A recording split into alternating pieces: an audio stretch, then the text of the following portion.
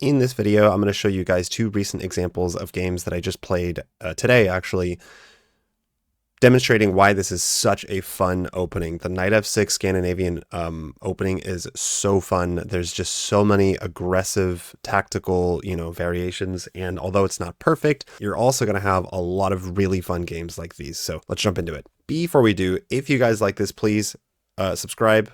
Feel free to like the video, comment, and everything. It really helps support the channel. And all right, let's go. There's several ways to play this particular line that I'm going to show you.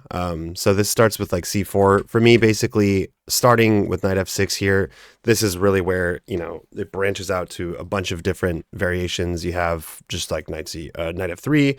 You have knight c3, you have d4 or c4, lots of different possibilities. You have the bishop b5 check. But anyways, this particular game, my opponent went c4. I play the c6 variation. You sack a pawn basically for activity, take back with the knight. And what I like about this is that it almost always, like the white almost always follows up with the same moves. And so it's really easy to memorize, like really deep in the theory to play the best moves. And although you can't just rely only on theory and opening knowledge, I still think it's an advantage. Like it's 100% an advantage. But so anyways, knight c3, what's nice is that, like I said, they almost always play this. You almost always get this position. It's just so normal. Like you want to hold on to the, they want to strengthen the c4 pawn. So they play d3. Sometimes they play knight f3 first, but you follow up with e5 almost exclusive, like almost always. And here, there's a couple different ways to play this. So like the computer, e4 is the best move according to the computer. But like bishop f5 is also definitely doable. It's just preference.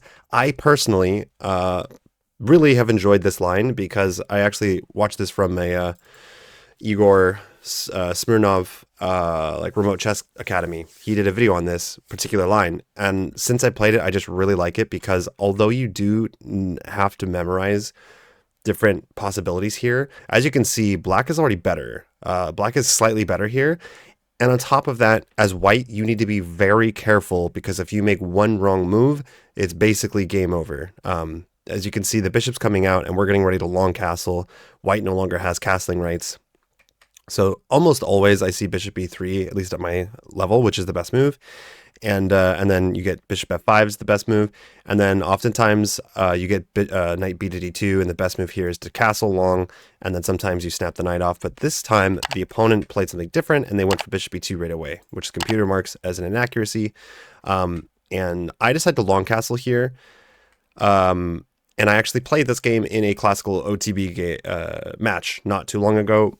So I was kind of excited because I knew, like, I really know a lot of the different moves, what to look out for. Like it's fresh in my mind, let's say.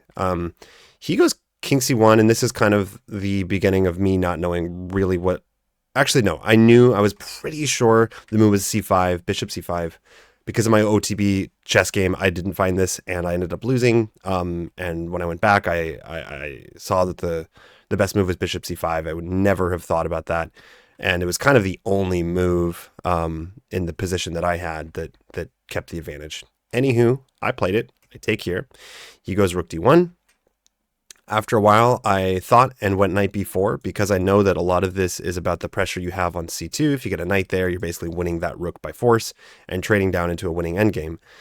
So I went knight b4 which apparently is by far the best move. He went knight e1, and I was analyzing this afterwards, wondering why it's a blunder. So I'm actually going to show you guys what the game looked like, and then I'll show you guys why that move is a blunder. It's crazy. And if any of you guys play the knight f6 variation, I would recommend looking into all this because if nothing else, it's a really fun, I think it's a really fun game. Anyway, so I went with rook h to e8, which is a miss because there's a better move. He blundered again. Maybe this is the move I was talking about, the blunder, but we'll come back to that. I decided to trade off rook takes d1, check. And this is probably a bad idea. Honestly, if I don't have an immediate threat, like some kind of fork, winning material, I'm just trading pieces and I'm down a pawn. And that's how I lost the over the board game that I had. And so at this point, I'm like, kind of feeling like I am doing the same, making the same mistake. This knight's doing a good job of protecting the c2 square. There's nothing quite here with the rook. Like I want to take the bishop, but now the knight's defending that bishop. And if I go here, then, the king is forced back. But like, anyways, I go rook d8 check anyways, because it forces the king. Let's see here, actually. He could block, but I didn't think that was very good. He goes back here, and still a blunder, and you guys are going to see why this move is a blunder. Finally, I make a terrible move. I go knight c6. I go backwards. Okay? My opponent has 7 minutes, 20 seconds on the clock. He plays a3. Right away, I see a fork. I don't think twice because I'm like kind of low on the clock, I'm down to 3 minutes and 30 seconds versus 6 minutes, 30 seconds. So I just go for the fork. Oh, all of a sudden it's checkmate. And I realized how just devastating this opening can really be, because as you guys can see, the bishop cuts off the diagonal. The rook cuts off this diagonal. Literally the only square the king has is c1. And I was kind of looking at this earlier thinking, okay, well, if I could somehow give a check here or whatever with my knight, it's checkmate. I just couldn't find the way to do it. And so now if we go back all the way back here, right, this is, I'm telling you guys, very possible that you get some kind of variation like this. And what's a little bit difficult is that there's so many different move orders that you could have the same kind of position, but with one or two things a little bit differently. Maybe the same ideas work, maybe they don't. You might have to calculate. But let's go back here. This is a blunder. Why? Because right away you have knight takes a2. There's no other option. This is all forcing. The rook has to take, and then you get the checkmate, knight b3 checkmate. The entire time that tactic was lingering. So if you guys play this variation, I highly recommend just being aware of this possibility, because I wasn't even aware of this. I know a lot of the other ideas here, like some of them go like this, bishop e3, knight b to d2, long castles, and then king here takes. Let's see if I can remember all of it. And then bishop, knight b4, knight back. Let's see if I can remember, guys. Knight c2, rook moves over. You don't grab the bishop, I believe. You go... No, let's see. Is this really it? I might not remember. There's a forced checkmate line. Not a forced, but there's a checkmate line. Really cool checkmate where you... I think you sack the knight or the bishop here, and they end up taking, and you deliver a checkmate on e1. It's kind of sneaky, but... So, like, I had remembered that and all these other lines, but I had no idea about this particular... idea. So yeah, if you guys play this, just a heads up, don't forget the bishop c5 move.